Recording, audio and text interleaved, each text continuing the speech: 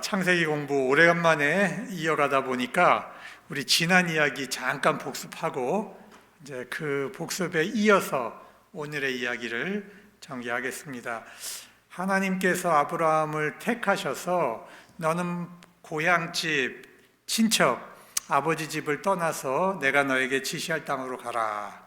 먼저 네가 가지고 있는 거 다 내려놔라 그러셨죠. 네가 붙들고 있는 거, 네가 하나님으로 생각하는 거 다 내려놔라. 그리고 믿고 순종할 때에 아브라함을 통해서 내가 너를 큰 민족을 이루겠다. 그리고 저 가나안 땅을 내가 너와 너의 자손에게 줄 것이며 아브라함의 이름을 온 천하에 창대하게 해줄 것이다. 그리고 너와 너의 자손을 통해 하나님의 복이 다 전파되게 하시겠다. 4가지 언약을 주셨어요. 그 후 창세기는 아브라함의 족보, 이삭의 족보, 야곱의 족보를 통해서 이 12지파가 완성이 되는 거죠. 하나님의 백성이 형성이 되는 그 과정을 기록을 하고 있는 겁니다. 그 중에 야곱이라는 인물이 참 두드러지게 성경이 많은 기록을 하고 있어요. 야곱은 우리처럼 야비하고 사람도 잘 속이고 잘 무너지기도 하고 속기도 하고 그런 사람이에요. 근데 하나님은 이 야곱을 이스라엘로 만들어 가세요. 이스라엘로. 이게 하나님의 은총입니다. 야곱이 형과 아버지를 속이고 밧단 아람으로 도망갈 때에 그 광야에서 하나님이 베델 나타나셔가지고 언약을 맺죠. 내가 네 조상 아브라함과 이삭과 약속했던 똑같은 언약을 너와 맺는다. 삼촌 라반에게 계속 착취를 당하면서도 11명의 아들을 낳았고 딸도 하나 낳았습니다. 무슨 얘기냐 하면 고난 중에 자기도 알지 못하는 사이에 하나님의 언약이 지금 이루어지고 있는 거예요. 우리가 알지 못하는 사이에 하나님은 우리와 맺은 언약을 하나하나 차곡차곡 완성을 해 가시는데 우리는 그것을 못 깨달을 때가 참 많습니다. 그리고 이제 요셉이 딱 태어나니까 하나님이 야곱의 마음속에 고향으로 돌아가라, 약속의 땅으로 돌아가라 하는 이 마음을 주셨어요.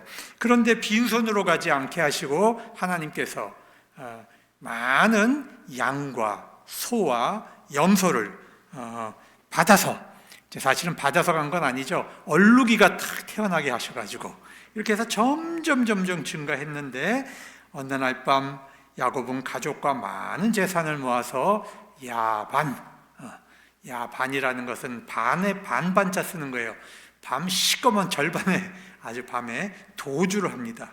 하나님은 추격하는 라반에게 나타나서 야곱을 절대 건드리지 마라. 아주 그냥 엄하게 경고를 하셨죠. 또 야곱은 에서와 만나기 직전에 다시 한번 자기가 가지고 있는 것을 다 내려놓는 경험을 해요. 자기가 붙들고 있었던 재산, 자기가 붙들고 있었던 가족 다 건너보내고 야복강에 남아서 하나님의 천사와 혼자 씨름을 합니다. 죽기 살기로. 이제 몸뚱아리 하나 남았는데 그 몸뚱아리 하나도 하나님이 이 엉치뼈를 그냥 동강을 내가지고 불구를 만들어 버렸어요. 이제 몸뚱아리 하나도 믿고 살 수 없게 돼 버렸어요. 그래서 하나님을 끝까지 붙들고 늘어져서 하나님이 뭐라고 이름을 주셔요? 너는 지금부터 이스라엘이다 그랬어요. 자, 그럼에도 불구하고 야곱은 베델로 가지 않고 어디로 갑니까? 세겜에 남아서 거기서 형통한 삶을 살려고, 물질적 형통한 삶을 누리려고 했는데 이 세겜 땅에서 끔찍한 일을 당하잖아요. 자기의 사랑하는 딸 디나가 강간을 당하고 그 오빠 레위와 시므이가 복수를 하겠다고 너희들도 다 할례받아라 그래 놓고 아파하는 사이에 가서 모든 남자를 칼로 도륙을 해버립니다. 야곱은 다시 위기에 빠졌어요. 하나님은 이 야곱을 어디로 구원하십니까? 베델로 올라가라. 그래서 이 베델에 가서 번제를 하고 야곱의 신앙은 이제 새 출발을 해요. 그때 우상을 다 정리하고 옷도 갈아입고 그때에 자기의 사랑하는 아내 라헬이 이 베냐민을 낳으면서 죽음을 맞이합니다. 고난이죠. 그러나 그 고난 중에도 베냐민이 태어남으로써 12지파를 완성하는 이 12아들이 다 만들어지는 거예요. 여러분, 하나님이 하시는 일은요, 우리가 고난 중에 있어서 하나님이 우리를 잊어버리시는 것 같지만 절대 하나님이 우리를 잊지 않으세요. 하나님이 우리와 약속하신 것을 차곡차곡 이루어 가십니다. 야곱이 애지중지 길렀던 요셉은 형들의 미움을 받아서 이 미디안 상인에게 팔렸습니다.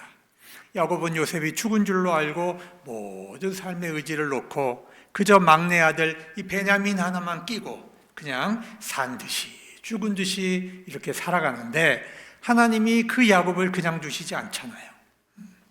여러분, 이 창세기에서 요셉의 이야기는 야곱의 족보에 포함이 돼요. 그러니까 요셉의 족보라는 건 없어요. 야곱의 족보 안에서 요셉의 이야기가 나와요. 왜 성경이 이렇게 돼 있냐면 요셉의 이야기는 야곱의 신앙이 완성되는 과정에 들어가 있는 거예요. 그러니까 요셉은 구약에서 우리 예수 그리스도를 예표하는 인물이에요. 그러니까 예표한다는 것은 미리 상징으로 보여준다, 그런 뜻이에요. 다시 말해서 야곱의 신앙은 예수 그리스도 없이 완성될 수 없다, 그 소리예요. 하나님께서 아브라함과 이삭과 야곱에게 약속하신 모든 언약도 요셉 없이는 완성이 될 수가 없어요. 즉 하나님의 언약은 예수 그리스도 없이는 완성이 될 수 없다, 그 이야기를 구약에서 창세기에서 보여주고 있다는 거예요.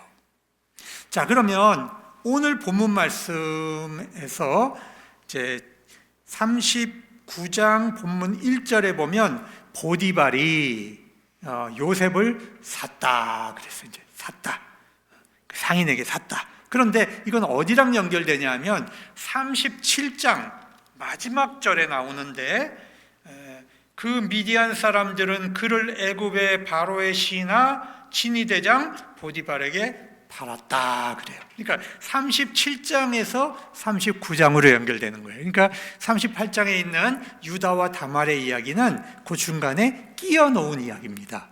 37장에서는 팔았다, 39장에서는 샀다, 이렇게 이제 연결이 되는 겁니다. 그런데 우리가 참 이상한 것은 2절에 보면 여호와께서 요셉과 함께 하심으로 그가 형통한 자가 되어 그의 주인 애굽 사람의 집에 있으니, 형통한 자가 됐다는 거예요. 여러분, 아버지의 엄청난 사랑을 받으며 귀공자로 자라던 아이가 어느 날 갑자기 형들에게 겉옷을 다 베끼고 구덩이에 빠뜨려서 살해당할 뻔하다가 이국만리 타양 땅에 끌려와 남의 집에 종이 됐는데 형통한 자가 되었다. 이게 지금 말이 됩니까? 말이 안 돼요. 또 오늘 본문 마지막 23절에 보면 간수장은 그의 손에 맡긴 것은 무엇이든지 살펴보지 아니하였으니 이는 여호와께서 요셉과 함께 하심이라. 여호와께서는 그를 범사에 형통하게 하셨다. 여러분, 요셉은 종으로 살다가 타국 땅에서 여주인을 강간하려고 했던 이 범죄자의 누명을 쓰고 지금 감옥에 갇혔어요. 이 감옥에 갇혔는데 요셉의 인생은 지금 절단이 난 거예요. 그런데도 성경은 요셉이 형통하게 되었다. 여러분, 엄청난 역사를 이야기하고 있는 겁니다. 이걸 도대체 어떻게 이해할 것인가 하는 게 오늘 말씀의 주제가 이제 되는 거예요. 여러분, 형통하다는 말을 국어사전에 찾아보면 내가 계획하고 이때 뜻하던 일이 잘 풀려나간다, 그런 뜻이에요. 그러니까 번영하거나 성공하고 있다는 뜻이에요. 그런데 성경에서 형통하다는 말은 하나님이 보실 때 형통하다는 말과 사람들이 생각하는 형통이 완전히 지금 다르다는 겁니다. 볼까요? 3절에 보니까 그의 주인이 여호와께서 그와 함께 하심을 보며 또 여호와께서 그의 범사에 형통하심을 보았더라, 이렇게 돼 있잖아요. 그러니까 그와 함께 하심을 보았다, 이 말이 나와요. 23절에도 이는 여호와께서 요셉과 함께 하심이라. 그러니까 형통이라는 말과 하나님이 함께 하신다는 말은 뗄래야 뗄 수가 없는 거예요. 그러니까 우리 기독교 신앙에서 형통하다는 말이 되려면 첫 번째 조건이 뭐냐? 하나님이 함께 하셔야 형통한 것이다 하는 거예요. 아멘. 그러니까 하나님이 함께 하시지 않으면 아무리 세상적 관점에서 형통해도 그거는 형통이 아니라는 것입니다. 여러분, 하나님의 형통은 하나님이 나와 함께 하시는 것이 조건이에요. 그러면 내가 세상적으로 조금 어려운 조건에 있고 고난을 당하는 조건에 있다고 해도 하나님이 나와 함께 하세요. 그러면 형통이에요? 아니에요? 형통이라 그 소리입니다. 요즘 우리나라가 아주 혼란스럽습니다. 정치적으로. 근데 여러분이 이 정치만 보시면 안 돼요. 이런 혼란에서 우리 기독교인들은 영적인 걸 봐야 돼요. 여든 야든 이게 중요한 게 아니에요. 내가 여편이고 야편이고 그게 중요한 게 아니고 여기서 뭘 봐야 하냐 하면 우리나라 이 정치 권력의 중심에 이 무속이 가득하다는 걸 봐야 돼요. 여러분, 여도 그렇고 야도 그래요. 왜 우리나라가 이 지경이 됐는가 하는 거예요. 여러분, 정치인들이 교회도 가고 무속도 찾아가요. 여러분, 교회 찾아온다고 신앙인이 아닌 겁니다. 왜 그렇게 하겠어요? 이 교회에서 왜 구슬을 해대고 이 무속을 찾아가고 무속을 가지고 점을 치고 정치 권력의 미래를 무속을 통해서 내다보려고 하겠어요? 이게 뭐냐 하면 다 세상적으로 형통하고 싶어서 그래요. 형통하고 싶어서. 권력도 가지고 싶고 돈도 가지고 싶고 명예도 가지고 싶고 그래서 이 귀신을 찾아간다 이 말이에요. 근데 여러분, 우리가 귀신이 사람들에게 달콤한 것을 줄 때는 반드시 대가를 요구해요. 그게 뭔지 아세요? 그 영혼을 요구해요. 영혼을. 여러분, 그 영혼이 멸망한다 그 소리예요. 귀신에게 달콤한 것을 받으면. 그리고 그 결말은 비참해져요. 잠깐 달콤한 걸 누릴 수 있겠지만 그 결말이 무시무시하게 비참하고 그 영혼이 지옥으로 간다는 거예요. 여러분, 이 무서운 결과가 있음에도 불구하고 많은 사람들이 세속의 형통함을 쫓아서 찾아가는 거예요. 우리가 정말 나라를 위해서 기도해야 됩니다. 우리나라의 정치 지도자들이, 우리나라의 엘리트들이 그렇게 무속에 빠져서 우리나라를 망쳐서는 안 된다는 겁니다. 여러분, 보디발이 볼 때 요셉은 다른 종들하고 좀 달라요. 이 젊은 애가 비굴하지도 않고 자기 이익을 취하려고 남을 속이지도 않아요. 성실하고 정직해요. 이 애굽이라는 거대한 강대국의 왕의 비서실장이에요. 왕의 경호대장이 볼 때 이 눈이 보통 눈이겠어요? 이 보통 눈은 아니잖아요. 그 눈으로 볼 때 얘가 이게 범상치 않은 거예요. 그래서 그 아이를 종의 신분이지만 그 집에 총무를 시켰다 말입니다. 그런데 요셉이 믿는 하나님이 요셉과 함께 하신다는 것이 보였어요. 감옥의 간수장도 마찬가지입니다. 강간 미수범이라는 제명을 가지고 감옥에 온 아이가 아무리 봐도 그럴 아이가 아니에요. 하나님이 그와 함께 하신다는 것이 보였던 겁니다. 여러분, 사도 바울은 고린도 교인들에게 말하기를 우리는 믿는 자나 불신자들에게 하나님 앞에서 그리스도의 향기다 그랬어요. 또 너희는 그리스도의 편지다 말했어요. 하나님이 함께하는 사람들은 그 사람이 어떤 조건에 있든지 관계없이 무엇이 나오냐 하면 영적인 분위기가 나와요. 영적인 분위기가 나와서 하나님이 함께 하신다는 것이 드러나는 거예요. 여러분, 이것이 선교고 이것이 전도고 이것이 예수 믿는 사람들의 향기입니다. 우리 원미동교회 교인들은 어떤 조건에 있든지 이러한 그리스도의 향기를 내는 귀한 성도들 될 수 있기 바랍니다. 그러면 이 성경이 말하는 형통이란 뭐냐? 내가 뜻하고 내가 계획한 것이 잘 되는 게 아니고 하나님이 뜻하시고 하나님이 계획하신 일이 나를 통해서 이루어질 때 그것이 형통이다라고 말하는 거예요. 자, 한번 따라해 봅시다. 이거 굉장히 중요해요. 하나님이 뜻하시고 계획하신 일이 나를 통해 이루어질 때 형통이다. 여러분, 여기서 주어가 중요해요. 내가 계획하고 내가 뜻하는 것이 잘 되는 게 아니고 하나님이 계획하고 하나님이 뜻하신 일이 나를 통해 이루어질 때 그것이 형통이다. 우리 신앙은요, 이렇게 사는 거예요. 이게 진짜 신앙이에요. 이걸 알면 우리가 엉뚱한 데 가서 형통을 찾을 수가 없는 거예요. 여러분, 우리가 이제 큰 그림을 이제 볼 수 있어야 돼요. 요셉만 보지 말고 요셉의 고난을 좁은 시야로 보지 말고 큰 그림으로 봅시다. 요셉이 애굽에 팔려간 목적이 있어요. 하나님의 목적이. 자, 하나님이 언약을 이루시는데 야곱의 자손들이 지금 큰 민족이 돼야 돼요. 그렇죠? 또 야곱의 자손들이 큰 민족을 이루어야 가나안 땅을 점령할 수가 있어요. 그러려면 애굽으로 들어가야 돼. 애굽으로. 왜? 가나안 땅에는요, 이 가나안 7족속들이 너무 강대한 사람들이 많이 살아요. 그러니까 야곱의 자손들이 거기서 번성해서 큰 민족을 이룰 수가 없습니다.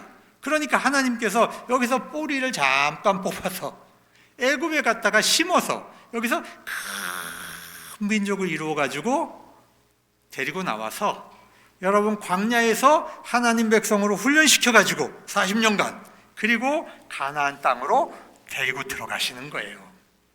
여러분, 하나님이 약속하신 이 언약을 이루시려면 애굽으로 가야 돼요. 그래서 하나님은 먼저 요셉을 애굽 땅으로 보내시는 겁니다. 그리고 거기서 총리를 만드시고 7년 대환란, 7년 대풍년 환란을 잘 관리해서 그 시기에 야곱과 그 가족 70명이 애굽으로 들어가게 하는 거죠. 이게 하나님의 계획과 플랜이란 말입니다. 그러면 요셉은 그 하나님의 큰 그림을 다 알고 고난을 참았을까요? 여러분, 어떻게 생각하세요? 그 어린 요셉이 그런 걸 다 알고 했을까요? 모르고 했을까요? 모르고 했지. 모르고. 그 어린아이가 그걸 어떻게 하나님의 뜻을 알겠어요? 처음에 고난받을 때는 이 하나님의 섭리를 전혀 알지 못했어요. 그러나 고난 중에 하나님의 형통을 경험하고 보디발의 종에서 그 집의 총무가 되고 여주인의 모함을 받아 감옥에 가고 감옥에서 꿈을 해석해주고 바로 왕의 꿈을 또 해석하고 애굽의 총리가 되고 훗날 형들이 찾아와서 곡식을 사러 와서 머리를 탁 숙일 때 아하, 내가 어렸을 때 꾸었던 꿈, 형들의 곡식단이 나에게 절하던 꿈이 탁 생각나는 겁니다. 해와 달과 별이 자기를 향해서 머리를 숙이고 절했던 꿈이 그 꿈이 이것이었구나, 이것이 하나님의 뜻이었구나 하는 것을 그때 깨달는 거예요. 그래서 하나님의 큰 그림이 퍼즐처럼 조각 맞춰져서 전체가 다 이해가 되는 때가 오는 것이죠. 여러분, 훗날 요셉이 자기 형들에게 자기 신분을 노출할 때가 됐어요. 형님들, 제가 이 애굽의 총리가 된 제가 바로 요셉입니다. 그러니까 형들이 충격을 받아갖고 그냥 입이 막 얼굴이 샛노래졌죠. 우리 이제 다 죽었다. 우리가 다 죽었다. 이때 요셉이 뭐라고 합니까? 형님들, 나를 이곳에 팔았다고 해서 근심하거나 한탄하지 마십시오. 하나님이 생명을 보존하고 우리의 후손들을 세상에 두시려고 나를 형님들보다 먼저 보낸 것입니다. 나를 이르러 보낸 분은 형님들이 아니고 하나님이십니다. 그렇게 고백을 하는 장면이 나와요. 이때 야곱의 모든 꿈이 완성이 되는 것이죠. 야곱의 모든 고난이 왜 고난을 받았는가가 깨달아지는 겁니다. 사랑하는 여러분, 우리 신앙이 하나님께서 요셉과 야곱을 통해서 이런 이야기를 적어 놓으신 것은 바로 우리들의 이야기를 하시려는 거예요. 여러분, 우리가 이 세상 살아가면서 고난 중에 있을 때가 참 많아요. 고난 중에 있다고 해서 우리에게 형통이 없는 것이 아니다, 그겁니다. 여러분, 신앙인의 형통은 이 세상의 가치 기준으로 평가해서는 안 돼요. 그래서 우리가 평강의 조건에 있든지 고난의 조건에 있든지 어떤 조건에 있든지 우리가 생각해야 될 것이 있는데, 첫 번째, 하나님이 우리와 함께 하시는가? 그렇다면 여러분, 낙심할 것이 없어요. 두 번째, 나의 이 고난과 평강과 모든 삶을 통해서 하나님의 뜻이 이루어지는가? 그렇다면 우리는 흔들릴 것이 하나 없어요. 시험이 와도 흔들릴 것이 없습니다. 여러분, 우리가 고난 중에도 처하고 평강 중에도 처합니다. 그거를 결정하는 것은 하나님이세요. 우리가 뭐 조금 잘못해서 벌 받고 그런 게 아니에요. 그래서 그리스도인들은 꾸준하게 믿음으로 우리의 신앙의 길을 걸어가야 하겠습니다. 근데 요셉의 신앙에서 참 훌륭한 점이 있어요. 오늘 보면 내가 하나님 앞에 서 있다는 거예요. 하나님이 함께 하신다는 신앙이 있으니까 자연스럽게 어떤 의식이 따라오냐면 내가 하나님 앞에 서 있다는 신앙이에요. 이게 의식인데 이걸 우리가 이제 한문으로는 신전의식이라 그래요. 신 앞에 서 있다. 신 앞에서 살아간다. 이걸 이제 라틴어로는 꼬람데오 그러는 거예요. 꼬람데오. 하나님 앞에서. 자, 이 귀중한 요셉의 신앙은 도대체 어디서 왔을까?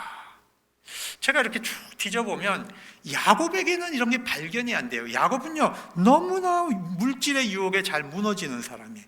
조금만 유익이 있으면 거기에 홀라당 넘어져요. 요셉에게 이런 꼬람데오 신앙을 넘겨줄 만한 인물이 아니에요. 그럼 어머니 라헬은 어떤 사람이에요? 아니, 자기 아버지 우상 드라빔을 훔쳐갖고 온 여자예요. 그러니까 이 어머니에게도 이런 신앙은 없어요.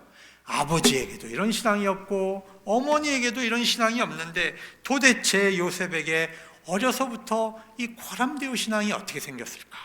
앞만 봐도 이건 하나님의 은혜입니다. 은혜. 이런 것이 은혜예요. 이런 것이 은혜. 이 하나님이 주시는 이 은혜가 있었기 때문에 요셉은 모든 유혹에서 자기를 지켜내는 신앙인이 된 것이죠. 요셉이 27이 되었을 때 그냥 성경에 보니까 용모가 아주 빼어나고 아름다웠다. 용모가 빼어나고 아름다웠다. 겸손하면서도 당당하고 지혜가 있고 일도 잘하고, 그러니까 이 보디발의 아내가 이 요셉의 매력에 흠뻑 빠져서 이 유혹을 시작하는 거예요. 근데 이렇게 성적인 유혹을 하는 것은 이방 여인들의 이 전형적인 특징입니다. 여러분, 그 당시의 여인들, 귀족 여인들을 보면 이 정조관념이 전혀 없어요. 대부분이 이래요. 요셉은 지금까지 겪었던 어떤 장애물보다 뿌리치기 힘든 상황을 만났습니다. 왜? 여러분, 지금 권력자의 아내가 자존심을 걸고 애정을 요구하는 거예요. 여러분, 이게 얼마나 무서운 건 줄 아세요? 애굽의 친위 대장의 아내라면 엄청난 권력자 집안의 딸입니다. 자존심이 얼마나 높겠어요. 여러분, 보통 출세한 남자들의 부인은 남편보다 권력을 2배 행세합니다. 여러분, 우리 군대에서 그런 얘기 있잖아요. 대령의 부인은 소장급 된다고. 그런데 종이 여주인의 요구를 거절했다는 것은 자존심에 심각한 손상을 입히는 거예요. 둘째, 요셉은 지금 피 끓는 청춘입니다. 미모의 여성이 집요하게 유혹하고 그 요구에 따르면 큰 보상이 올 수도 있어요. 여러분, 이것을 거절하는 건 정말 쉬운 일이 아니에요. 근데 오늘 창세기에 나타나는 요셉이라는 이름을 제가 숫자를 세봤더니 20번 기록이 됩니다. 20번. 그런데 보디발의 아내는 이름이 없어요. 이게 무슨 뜻인 줄 아세요? 하나님이 요셉이라는 인물을 얼마나 소중하게 여기고 있는가 하는 거예요. 그런데 보디발이라는 여성, 강력한 권력을 가지고 있지만 하나님은 아무 중요하지 않은 사람이라는 거예요. 여러분, 여러분의 이름이 하나님의 손바닥에 있다는 것을 기억하세요. 이게 얼마나 감사한 일인지. 여러분, 이 사람은 보디발의 아내는 전혀 중요하지가 않아요. 왜냐? 지금 요셉에게는 이것이 성적인 유혹으로 다가왔지만 우리 모든 믿는 사람에게는 이러한 유혹이 다양한 방법으로 끊임없이 찾아온다는 사실입니다. 우리가 그것을 기억해야 돼요. 이름 없이, 알려지지 않게 끊임없이 우리에게 시험이 오는 거예요. 그런데 지금 이 유혹의 특징이 어떤 줄 아세요? 7절에 보니까 처음엔 눈짓해요. 눈짓. 은밀하게 와요. 두 번째는 동침하기를 청하니, 공개적으로 옵니다. 그리고 마지막에는 도저히 피할 수 없도록 완벽하게 세팅을 해가지고 한 번에 무너질 구덩이를 파놓고 유혹을 합니다. 여러분, 이렇게 단번에 유혹이 온다는 것은 정말로 우리가 준비하지 않으면, 신앙적으로 준비되어 있지 않으면 우리가 무너진다는 뜻이에요. 이런 유혹에 어떻게 대처할 수가 있을까요? 요셉은 하나님 앞에 서 있다는 의식을 가지고 이 유혹을 이겨내는 겁니다. 내가 어찌 이 큰 악을 행하여 하나님께 죄를 짓겠습니까?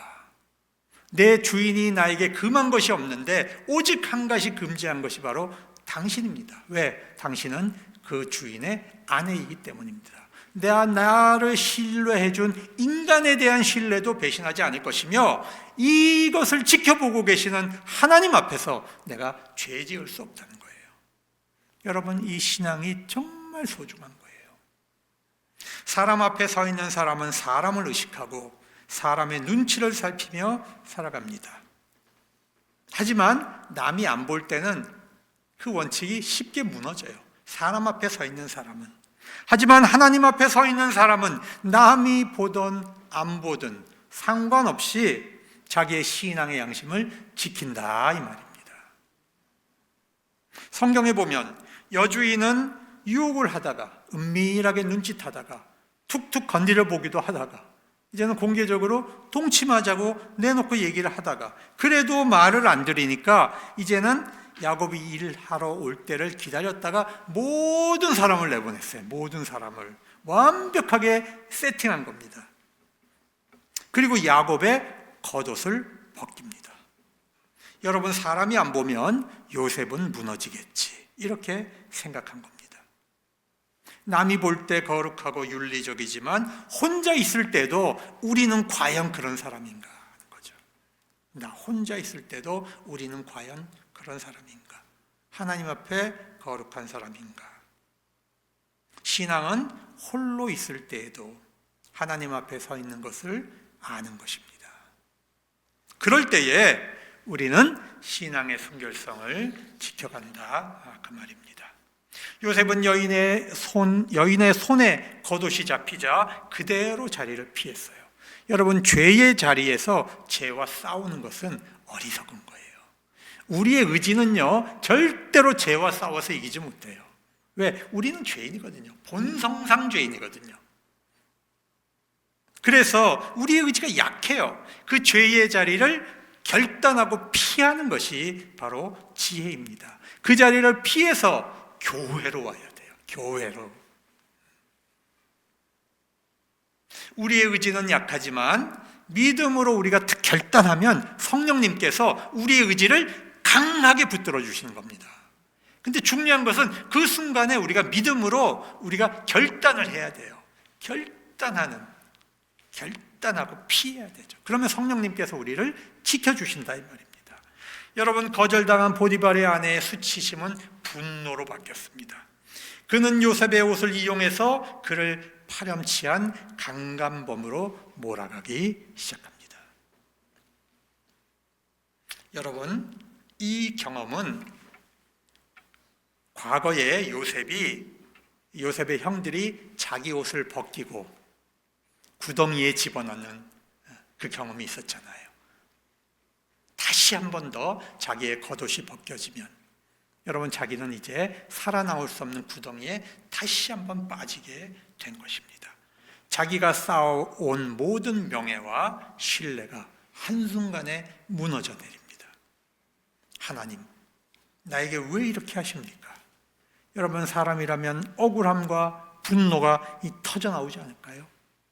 놀랍게도 요셉에게는 이런 분노가 보이지 않아요.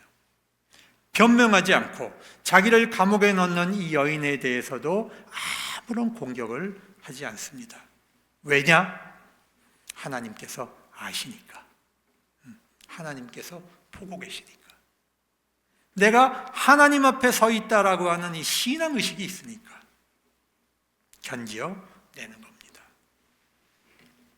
여러분, 제가 성경을 꼼꼼히 읽다 보니까 이런 의심이 들었어요. 과연 보디발은 이 사실을 몰랐을까? 진실을 몰랐을까? 알았을 거예요. 자기 아내가 어떤 아내인지 누구보다 잘 알고 있어요. 여러분, 그 당시에 종들이 여주인을 희롱하면은요, 노예법에, 애굽의 노예법에 보면 곤장을 1000대를 칩니다. 여러분, 잘근잘근 박살을 내게 돼 있어요. 근데 그 주인이 그렇게 하지 않잖아요. 그죠? 옥에 집어넣잖아요. 이것은 오히려 보디발이 요셉을 보호하는 조치입니다. 자기 아내로부터 요셉을 지금 보호하는 조치를 취한 거예요. 근데 이 감옥도 일반 감옥에다가 집어넣으면 요셉이 다칠 수가 있으니까 왕의 죄수를 가두는 곳, 바꿔 말하면 그 나라에서 가장 중요한 정치범들이 갇히는 그곳에 요셉을 가두었는 곳입니다. 그러니까 보디발도 이미 이 사실을 다 알고 있었다고 하는 것입니다. 여러분, 우리는 인생에 많은 장애물을 만나고 많은 질문이 생깁니다. 하나님이 함께 하시는데 왜 요셉은 보디발에게 노예로 팔렸을까? 하나님이 함께 하셨는데 요셉은 왜 억울한 모함을 받을까? 하나님이 함께 하셨는데 왜 정치범 형무소에 갇히게 되었을까? 그 답은 우리 인간에겐 찾을 수 없어요. 그 답은 하나님이 가지고 계시기 때문입니다. 여러분, 그 대답은 이래요. 요셉은 3년이 지난 30세가 되었을 때 애굽의 총리가 됩니다. 그리고 7년 동안 풍년을 관리하여 7년 대기근이 왔을 때 애굽의 모든 백성과 짐승을 먹여 살려냅니다. 그뿐만 아니라 다른 나라에서 굶주리는 많은 백성들도 요셉을 찾아와 곡식을 구해 생명을 이어갑니다. 요셉으로 인해 애굽은 강대국이 되고 하나님의 영광이 드러납니다. 요셉은 보디발 집의 총무가 되었기 때문에 그 집에서 행정을 배우고 인사를 배우고 재물을 배웁니다. 또한 요셉은 정치범 수용소에서 왕의 측근들과 교제를 하면서 애굽의 정치와 국제관계, 권력 구조를 배웠고 거기서 인맥을 형성합니다. 이러한 경험과 관계를 통해 훗날 총리가 되었을 때에 국가를 경영하는 인재가 될 수 있었던 거예요. 여러분, 그 당시에는 요셉의 고난이 그냥 고난으로만 보여요. 그러나 하나님이 함께 하셨을 때 우리의 고난은 놀라운 하나님의 일을 하는 능력으로 바뀐다는 것을 우리가 믿을 수 있기 바랍니다. 근데 여러분, 이런 사실을 하나님이 미리 알려주시느냐? 아니요, 안 알려주셔요. 왜? 우리의 믿음이 그만큼 되지 않기 때문에 하나님이 알려주시지 않아요. 하나님은 우리의 믿음이 성장하는 만큼 하나님의 계획을 조금씩 넓혀서 보여주시는 거죠. 몰라야 믿음이 생기고 인내가 필요합니다. 인내 없는 믿음은 실패하기 때문입니다. 여러분, 임신 8개월이 되었을 때 아기가 태어나면 큰일 나죠.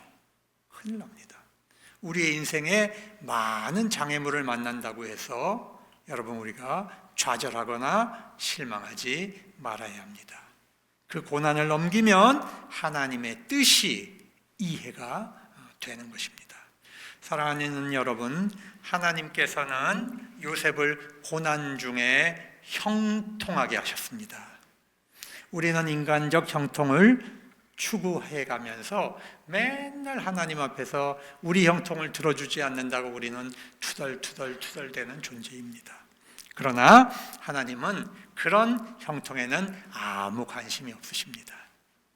하나님은 나를 통해 우리 하나님의 뜻과 계획을 이루시는데 열심을 가진 분입니다.